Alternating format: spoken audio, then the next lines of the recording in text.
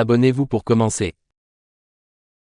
Alors les gars, dans cette nouvelle vidéo, il s'agit de comment éviter la rupture du couple, vidéo en lien avec la vidéo nommée « Les raisons majeures de rupture des couples de nos jours », publiée sur notre chaîne. Ainsi restez jusqu'à la fin pour bien comprendre les solutions que nous proposons pour éviter une rupture imminente du couple.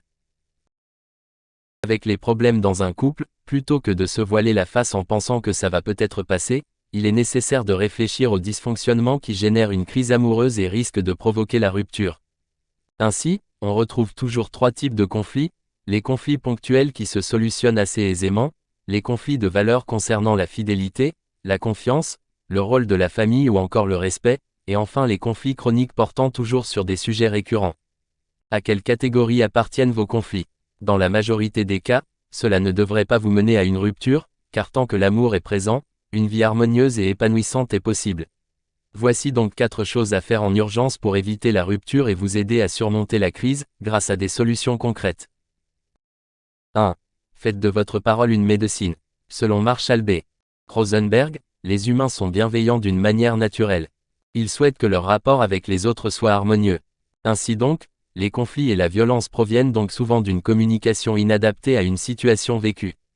En effet, nos paroles peuvent être blessantes. Au contraire, la parole est une sorte de médecine lorsqu'elle permet de verbaliser et de soigner les états d'âme, mais pour cela il faut un cadre d'écoute et de formulation bien spécifique afin de faire de ce moment de parole un moment adapté voire sacré. Il n'y a rien de pire qu'une dispute où chacun balance ses 4 vérités entre l'entrée et le dessert, où les critiques fusent et amènent vers une amplification des émotions et aucune conclusion constructive. C'est pourquoi nous vous conseillons d'utiliser un timer pour accorder à chacun 5 minutes de parole alternée sans aucune interruption possible, c'est très important, et vous renouvellerez 5 minutes par personne le temps nécessaire. Ou bien utiliser un bâton, une louche ou tout autre objet plus poétique qui distribue la parole, celui qui l'a en main parle et l'autre écoute jusqu'à ce que l'objet soit entre ses mains à son tour. Cette façon de distribuer la parole permet à chacun de s'exprimer le plus clairement possible, de s'accorder du silence aussi et de favoriser l'écoute mutuelle par une communication non violente et plus consciente. Vous pourrez alors exprimer votre désaccord tout en maîtrisant la charge émotionnelle de chacun. Souvenez-vous également que pour apaiser les conflits de votre couple avec une communication adaptée, vous devrez éviter toutes ces phrases, les comparaisons blessantes, « tu es bien comme ton père, ta mère »,« avec mon ex c'était différent », l'intimidation, « je te préviens, tu as intérêt à sinon ». Bref, parlez de vous et vos ressentis avec des phrases qui démarrent par « je »,« j'ai besoin »,« je me sens ». Essayez donc cette solution. 2. Changez vos interprétations. Vous devez envisager qu'il y a toujours plusieurs réalités et points de vue. Ma réalité, je te dis que dans mon sens, sur ma feuille je vois le chiffre 6, sa réalité, non, dans mon sens c'est le chiffre 9. Ainsi chacun croit ce qu'il voit de façon limitée et chacun a raison à son échelle. Quand vous acceptez que plusieurs interprétations sont possibles, plutôt que d'utiliser votre énergie pour combattre l'autre, vous pouvez identifier les raisons de vos réactions pour évoluer. Voici quelques raisons de votre réaction. Souffrez-vous d'un complexe? Avez-vous le sentiment de revivre le passé? Dans quelles circonstances pourriez-vous être ce que vous reprochez à l'autre? Quoi qu'il en soit, ce qui vous fait surréagir est en lien avec un traumatisme, même inconscient. Une blessure cachée vous place sur la défensive et vous amène à penser que votre conjoint est malveillant. Or, c'est votre interprétation. Peut-être qu'il n'y a aucune mauvaise intention derrière les propos ou les actes de votre conjoint et si vous pouviez les interpréter de manière plus rationnelle et factuelle, votre mécanisme de défense n'aurait pas besoin de s'emballer. Il convient donc de se placer en tant qu'observateur de soi-même pour identifier les émotions qui vous poussent à réagir parfois de façon inappropriée. Avez-vous éprouvé une forme d'humiliation, de trahison, de rejet, de mépris? Sachez identifier les raisons de ces sentiments afin d'analyser le plus objectivement possible les événements et éviter l'escalade dans le conflit. Car vous vous en doutez, trop de disputes mettent à mal le couple. La confiance et le respect mutuel s'étiolent petit à petit et chacun finit par vivre dans le stress de la rupture. Essayez donc cette deuxième solution. 3. Changez l'atmosphère et cassez la routine. Généralement, la routine est synonyme du confortable cocon familial, où l'on aime se réfugier. Elle nous rassure dans les moments de peur, d'inquiétude et d'anxiété.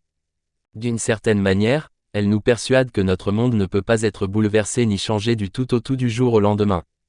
Autant dire que, lors d'une crise de couple, la routine reste le meilleur moyen pour vous rassurer. Pourtant, Se forcer à explorer autre chose est souvent le seul moyen d'avancer pour obtenir un résultat différent dans un couple en crise. Partir un week-end à deux peut être d'une grande aide pour sauver un couple en crise. Lorsque vous êtes dans un autre cadre, tout semble changer et repartir de zéro. Ce qui vous semblait insurmontable autrefois n'est désormais plus qu'un souvenir, même si cela n'est que temporaire. En effet, vous êtes tous les deux décontractés, apaisés et loin des tensions quotidiennes. Même si celles-ci sont aussi dues au travail, aux amis, aux responsabilités, elles se transposent naturellement dans votre couple. Lorsque vous n'avez plus à les traiter immédiatement, vous vous retrouvez dans de bien meilleures dispositions pour sauver un couple en crise. Un week-end entre vous, à des centaines de kilomètres de votre foyer, c'est comme une parenthèse dans votre vie agitée. Une bulle pour vous aider à respirer et à mettre les choses au clair. Partir ensemble peut permettre de se retrouver en adoptant un nouvel œil sur son ou sa partenaire, en se rappelant soudainement pourquoi on l'aime. Bien entendu, cela ne sera probablement pas suffisant pour tout arranger dans votre couple en crise. En complément, il existe une règle de couple infaillible pour ne pas tomber dans la spirale infernale de la routine. Celle-ci n'est autre que la technique du 2-2-2. Facile à retenir, elle fonctionne de la manière suivante: toutes les 2 semaines, un rendez-vous de qualité dédié au couple avec ressourcer, nourrir ses besoins personnels, réapprendre à se manquer 2 jours pour mieux se retrouver, tous les 2 ans, une semaine de vacances à deux, ailleurs qu'à votre domicile.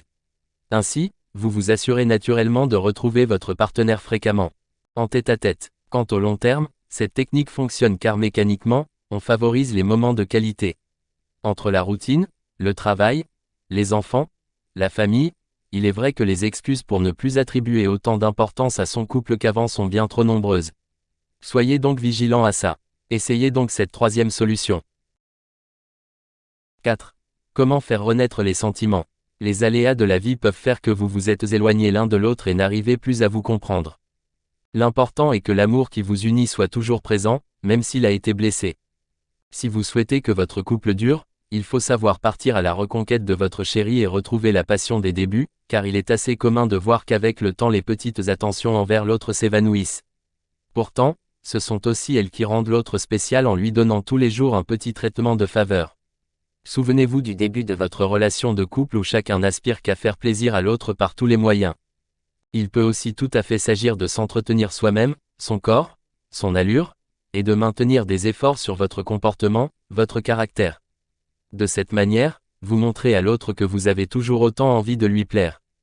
Tout cela participe à la sécurité émotionnelle, élément nécessaire pour la sexualité qui est primordial au bon équilibre du couple.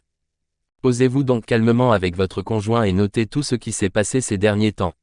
Faites ainsi une sorte de bilan de santé sexuelle et affective du couple. Vous êtes-vous senti délaissé ces derniers temps? Avez-vous le sentiment d'avoir de la valeur? Avez-vous une intimité de couple satisfaisante?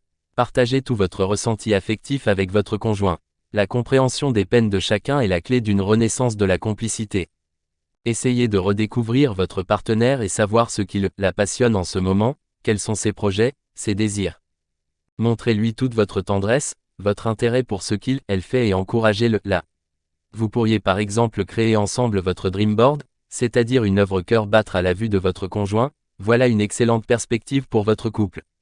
Pour vous y aider, nous vous proposons de parler ensemble des souvenirs heureux car cela amène chacun à se montrer plus optimiste pour la suite. Inconsciemment, on se met à espérer que ces souvenirs en amènent bien d'autres, tout aussi positifs.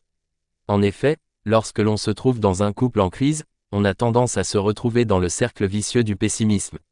Alors, chacun ne voit que les défauts de l'autre, les qualités faisant soudainement partie du passé. Se rappeler ensemble un souvenir heureux, c'est raviver cette connexion avec le passé où tout allait encore bien. Car quand on est triste et au bord de la rupture, on ne souhaite qu'une chose, vivre à nouveau ces doux moments de vie commune. Pour autant, positiver en ignorant les problèmes n'est certainement pas non plus la solution. Ainsi, pour sauver son couple, il s'agit aussi de faire régulièrement le point sur les problèmes en les identifiant et les nommant, puis en y travaillant à deux. Cela est notamment le cas lorsqu'il s'agit d'un couple en crise après une tromperie ou bien même un couple en crise pendant la grossesse.